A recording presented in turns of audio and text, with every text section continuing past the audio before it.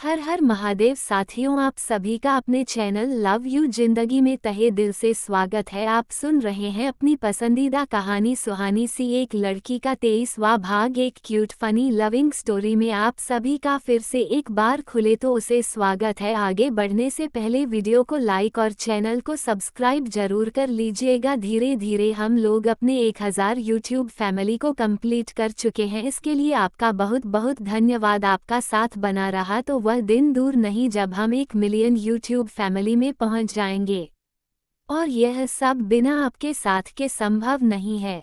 इसी तरह से अपना प्यार और साथ मुझ पर और मेरी कहानियों पर बनाए रखिएगा। महादेव सबका भला करें। अब तक आपने सुना कि सत्यम जी गुस्से में सुहानी के ऊपर बरस रहे थे, लेकिन सुहानी भी अपनी जिद पर खड़ी हुई थी। आप चाहे जितनी भी कोशिश कर लीजिए, मुझे ना पढ़ना है ना मैं पढ़ूंगी, मुझे बस शादी करनी है तो शादी करनी है, वह भी जल्दी हो सके। सुहानी में लगभग जिद करते हुए सिया जी से कह दिया। अब सत्यम जी का गुस्सा आउट ऑफ कंट्रोल हो गया और इसी गुस्से में उनका हाथ तेजी से घुमा और सुहानी के गाल पर अपने निशान छोड़ गया। जोर से लगा हुआ तमाचा ऐसा था कि कुछ देर के लिए तो सुहानी को समझ ही नहीं आया कि क्या हुआ।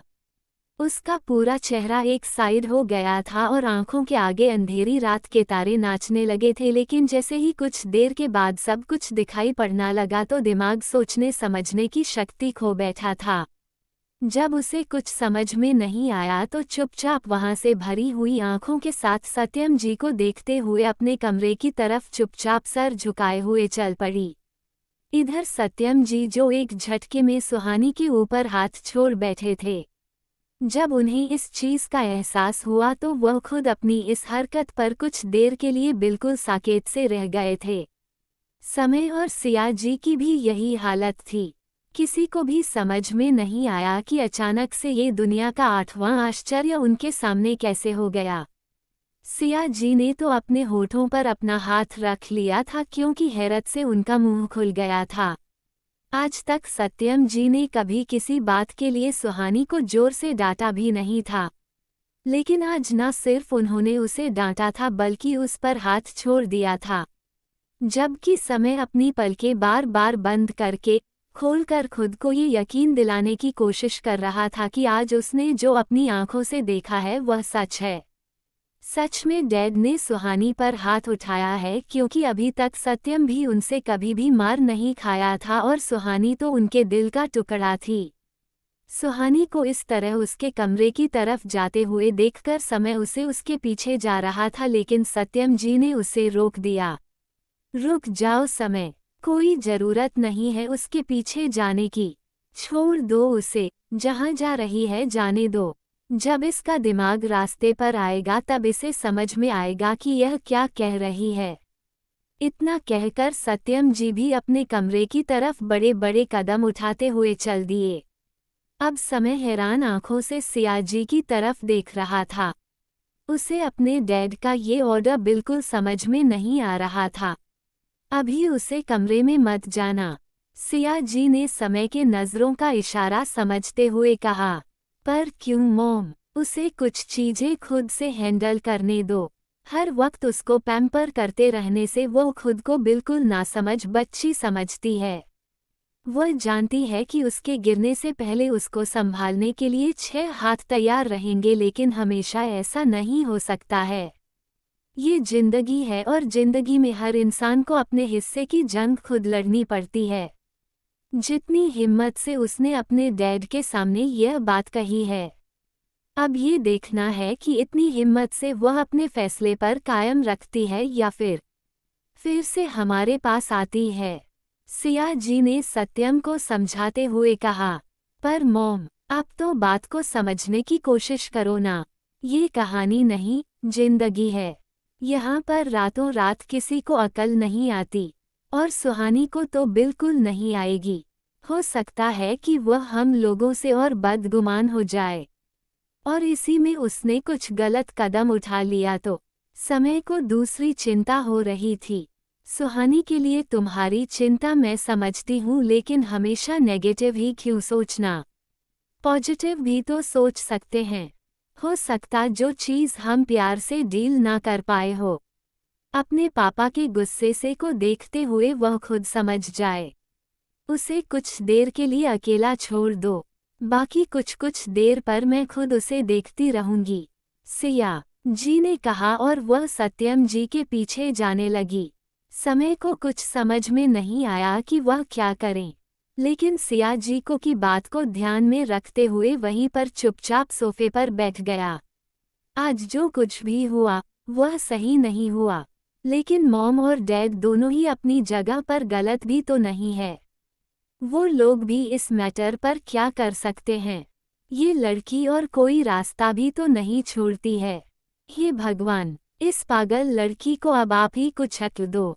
समय ने अपना सर दोनों हाथों से पकड़ते हुए भगवान से मदद मांगी। शाम से रात हो चुकी थी। रात के खाने के समय भी हो गया था, लेकिन सब अपने अपने कमरे में बंद थे। किसी का भी मन खाने का नहीं हो रहा था। सिया जी ने जबरदस्ती सबको डाइनिंग टेबल पर बुलाया, लेकिन सुहानी डाइनिंग टेबल पर नहीं आई। सत्यम जी ने उसकी खाली चेयर को देखा और एक बार फिर उनका दिल अफसोस में गिर गया था। उन्होंने खाली आंखों से सिया जी की तरफ देखा। ऐसा कभी नहीं होता था कि सत्यम जी बिना उसे पहला निवाला खिलाए हुए अपने खा लेते। सिया जी उनकी परेशानी समझ रही थी। मैं उसे बुलाने गई थी, लेकिन उसने कहा कि उसे भूख नहीं है। भूख नहीं है तो छोड़ दीजिए। जब एक टाइम का खाना पेट में नहीं जाएगा ना, तब समझ में आएगा इस खाने को कमाने के लिए कितनी मेहनत करनी पड़ती है। और पैसे कमा कर लाने के बाद भी इंसान पैसे नहीं खा सकता। उसे खाना बनाकर खाने का भी हुनर होना चाहिए। एक कप चाय बनाने की सहूलियत नहीं है, लेकिन शादी करने की जिद लेकर बैठी है। छोड़ दीजिए, और रात में कुछ खाना भी किचन में मत रखिएगा। मैं भी देखता हूँ कि जब भूख लगेगी तो क्या खाती है। सत्यम जी ने गुस्से में कहा। उनका दिल भी सुहानी के लिए डोल रहा था, पर फिलहाल उन्होंने अपने ऊपर इसी तरह से कंट्रोल लगा कर रखा हुआ था।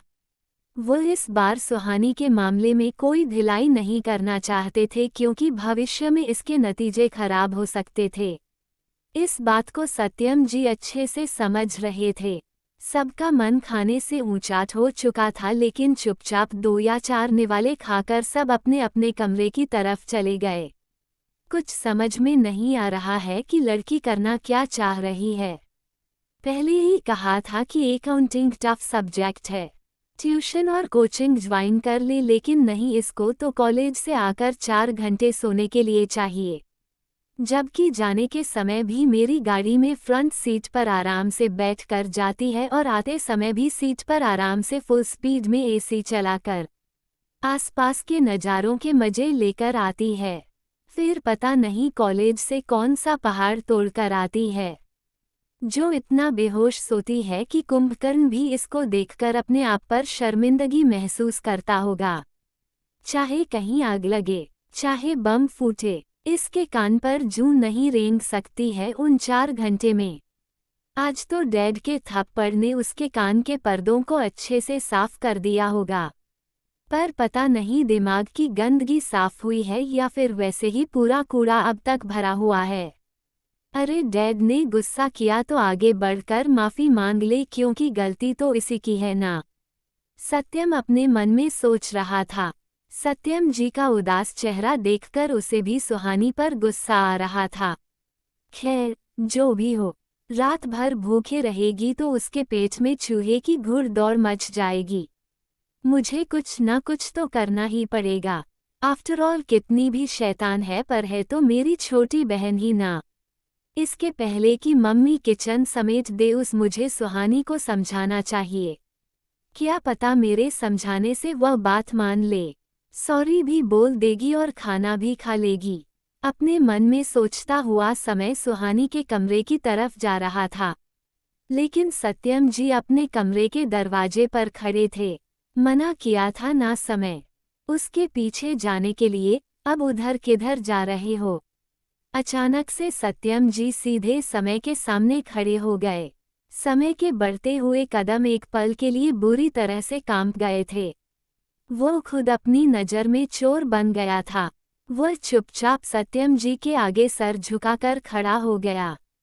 इसका मतलब था कि सत्यम जी सुहानी के मामले में अब कोई भिलाई नहीं करना चाहते थे। क्या होगा आगे? आज रात सुहानी को खाना मिलेगा या फिर भूखे पेटे सोना पड़ेगा? परफेक्ट में चूहे तो दौड़ लगाते लगाते अब चालान करने लगे थे। जानने के लिए बने रहे अगले भाग तक। तब तक के लिए वीडियो को लाइक और चैनल को सब्सक्राइब करना मत भूलिएगा। खुश रहिए, स्वस्थ रहिए, हंसाते रहिए, मुस्कुराते रहिए, मस्त रहिए, खेलते रहिए और यही यूट्यूब पर मिलते रहिए। मिलते हैं अगले भाग के साथ। हर महादेव।